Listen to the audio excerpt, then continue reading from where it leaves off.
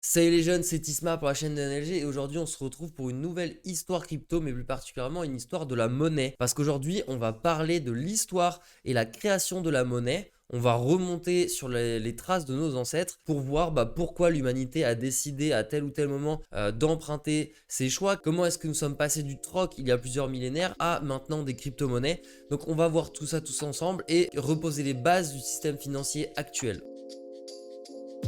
Revenons maintenant, il y a plusieurs millénaires, les sociétés humaines n'avaient tout simplement pas de monnaie. Donc c'était uniquement du troc pour des biens et des services, que ce soit un échange de services contre un objet matériel ou alors des échanges de services, etc. Mais évidemment, avec la sédentarisation de l'homme et donc les créations des premières sociétés, le troc a rapidement montré ses limites. Il a fallu trouver une nouvelle forme de monnaie qui permettait de standardiser et régulariser les échanges. Pour ça, l'humain n'a rien trouvé de mieux que d'utiliser des objets qui avaient une valeur intrinsèque, c'est-à-dire qui avaient une valeur propre à leurs caractéristiques. Par exemple, l'or, vu que c'est quelque chose de rare et difficile à extraire, notamment à l'époque, ça avait une valeur intrinsèque. Mais ça pouvait être également une autre forme de monnaie, comme des coquillages, d'autres alliages, d'autres métaux, ou encore des perles par exemple. Et c'est seulement au 7e siècle avant Jésus-Christ que la première monnaie frappée voit le jour. C'était au royaume de Lydie dans l'actuelle Turquie, où les pièces étaient faites en électrum, donc c'était un alliage naturel d'or et d'argent. Donc il n'y avait pas de billets à ce moment-là encore, c'était vraiment que de la monnaie physique. C'était que des pièces en alliage. Et c'est seulement plus tard en Chine, sous la dynastie Tang, que 1200 ans après la première monnaie frappée, on découvre le premier billet d'un papier monnaie en fait, et qui avait pour but de faciliter le commerce sur les longues distances. Parce que oui, on commençait à faire des échanges de plus en plus mondialisés. Bon, ça restait assez locaux encore à l'époque. On avait un besoin de transporter de l'argent sur de longues distances. Ce qui était compliqué avec les anciens ors, alliages, les anciennes pièces. Donc c'était une très très grande innovation à l'époque. Alors ça n'a pas du tout été une monnaie globale en Chine. C'était en fait des titres d'attestation qui attestaient que vous avez bien déposé un certain montant de pièces d'or, de cuivre, etc.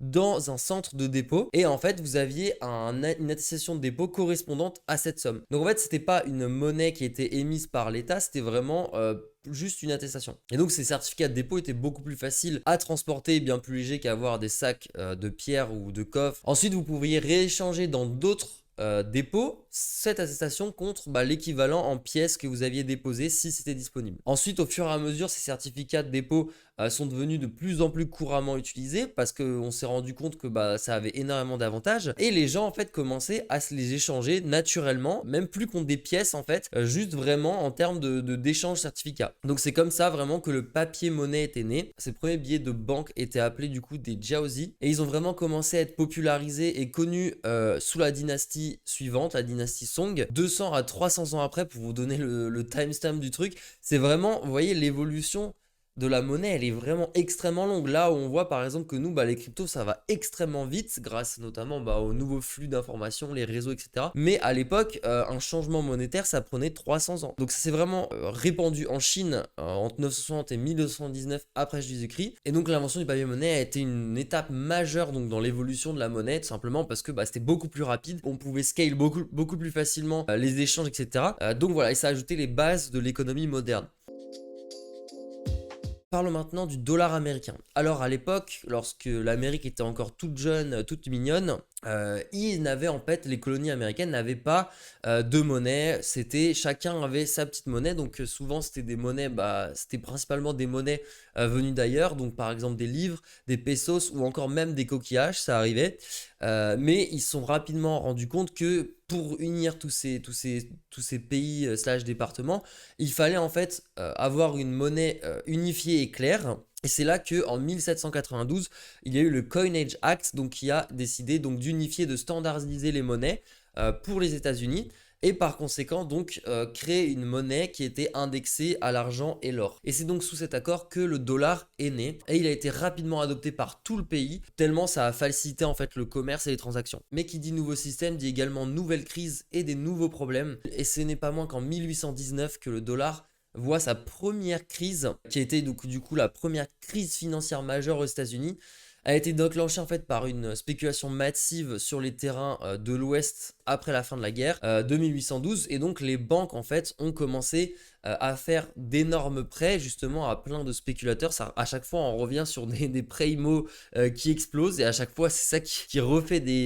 qui recrée des crises à chaque fois, comme en 2008. Et en gros bah du coup, vu que les spéculateurs se sont lancés pleine balle sur les nouveaux terrains de l'Ouest qui étaient soi-disant pas chers à cause de la fin de la guerre et qui étaient du coup disponibles, et ben en gros bah ils avaient les banques, notamment la Banque des États-Unis, donc c'était la banque centrale de l'époque, ils avaient étendu les lignes de crédit à pleine balle, et sauf qu'en fait les prix des terrains ils ont commencé à chuter.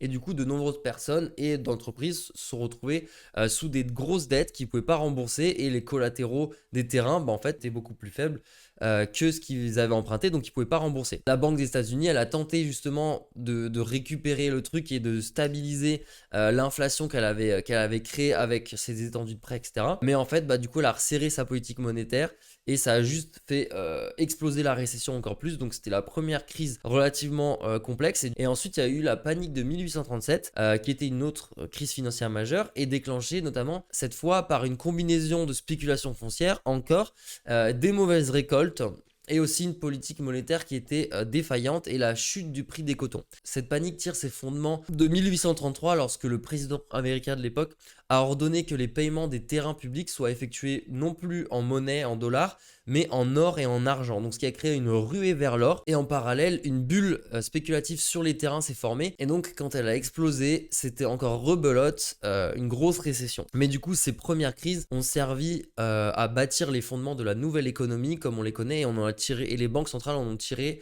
de précieuses leçons. Maintenant que la majeure partie des pays commence à avoir sa propre monnaie, qui est en général indexée sur des métaux précieux, ou plus particulièrement sur l'or, il y a encore un trou à combler qui est celui de la monnaie globale en fait, qui était jusqu'à maintenant de l'or. Mais le truc c'est que l'or, pour les transactions commerciales étrangères et internationales, c'est compliqué. On est dans un monde en 1930, 1920, 1900 qui devient de plus en plus international. Et donc c'est seulement en 1944, avec l'accord Bretton Woods, comme réserve mondiale, et que le dollar va être la monnaie de transaction internationale. Donc ça va être basé sur un système de taux de change fixe. Donc ce taux de change sera fixé entre toutes les monnaies, il ne sera pas variable comme on l'a aujourd'hui. Et le dollar américain était lié à l'or pour 35 dollars l'once d'or. Donc c'est en fait un grammage d'or, ce qui équivaut à 28 grammes d'or. C'est ensuite en 1970 que l'accord de Bretton Woods est brisé, notamment à cause d'une grosse inflation aux États-Unis, des gros problèmes économiques. Le président américain Richard Nixon qui va suspendre la convertibilité du dollar en or, donc mettre fin à l'étalon or. Il y a eu des tentatives ensuite pendant 2-3 ans de remettre des taux fixes entre les monnaies, mais les pays se sont rapidement rendus compte que d'avoir des taux flexibles d'échange entre les monnaies permettait en fait de mener déjà des politiques monétaires bien plus aisément et bien plus flexibles, parce que les taux de change peuvent maintenant fluctuer avec le marché. Ça permet à des économies de mieux absorber des crises économiques dans d'autres pays, parce que du coup les monnaies vont s'adapter.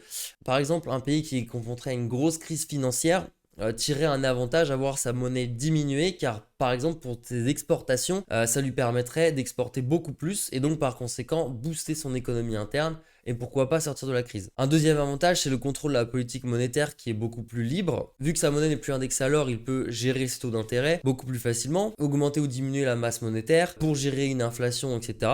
Parce que sinon la politique monétaire doit être principalement axée sur un taux de parité fixe avec l'or. Donc ça permet pas d'avoir les mêmes outils pour lutter contre les adversités des conditions monétaires. Et le troisième avantage, c'est la prévention des fuites de réserves d'or, dans le sens où si les habitants commencent à perdre confiance dans la monnaie, ils vont pouvoir récupérer l'or en échange, ce qui peut poser énormément de problèmes quant au stock d'or nécessaire à disposer en fait pour un pays. Et donc du coup, de passer à un système or et à taux variable, ça permet de complètement d'éviter ce problème. Mais par contre, tous ces avantages laissent place à un inconvénient majeur, c'est que la politique monétaire doit être gérée beaucoup plus finement, parce que sinon, vu qu'il n'y a plus de backup derrière, c'est que du vent en fait, c'est que de la confiance. C'est ce qu'on voit un petit peu aujourd'hui, c'est un système maintenant qu'on a qui n'est plus étalonné à l'or, et qui demande du coup beaucoup de confiance dans le système, et qui est représenté par les taux des bons du trésor américain par exemple, pour la confiance dans l'État américain à payer ses dettes. Et on voit que actuellement avec la crise, il est en train d'exploser.